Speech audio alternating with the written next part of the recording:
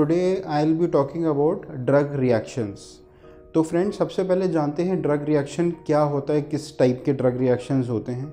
सबसे पहले जो आपको सबसे कॉमन जो ड्रग रिएक्शन होता है उसे हम अक्यूट अर्टिकेरिया कहते हैं। अक्यूट अर्टिकेरिया का मतलब होता है एक एलर्जी आपको हो जाती है दवाई से। तो कौन सी दवाइयाँ एलर्जी कॉज कर सकती हैं?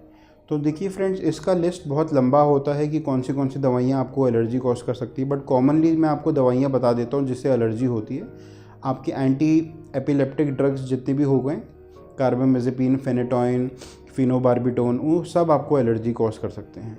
इसके अलावा एंटीबायोटिक्स हो जाते हैं। एमोक्सिसिलिन ग्रुप के एंटीबायोटिक लिनिज़ोलिड भी आपको एलर्जी कर सकता है। पेनिसिलिन ग्रुप के जो ड्रग्स होते हैं वो भी आपको एलर्जी कर सकते हैं। एरिथ्रोमाइसिन जिसमें से एक हो जाता है।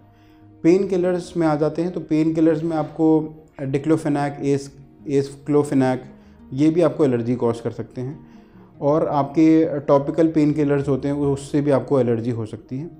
जो एंटीपायरेटिक दवाइयाँ होती हैं, यानी कि पैरासीटामोल हो जाता है, उससे भी लोगों को एलर्जी हो सकती है। इसके अलावा और भी दवाइयाँ होते हैं जिनसे लोगों को एलर्जी हो सकती है, जैसे कि एंटी हाइपरटेंसिव ड्रग से भी एलर्जी हो सकती है। यहाँ तक कि आपकी जो दवाइयाँ कुछ हम जो देते हैं, एंटी प्लेटलेट दवाइयाँ जो होती हैं, एस्पिरिन, उससे भी एलर्जी हो सकती है।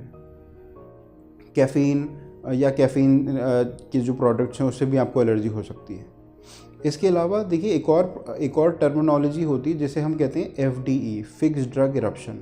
फिक्स्ड ड्रग इरप्शन में आपके लिप्स के ऊपर स्वेलिंग आ जाती है, आपके जेनाइटल एरिया में स्वेलिंग आ जाती है। ये बहुत गिने चुने ड्रग्स होते हैं जिस पेशेंट को रिएक्शन हो जाता है, और ये बहुत अलग होता है अक्यूट अर्टिकेरिया से।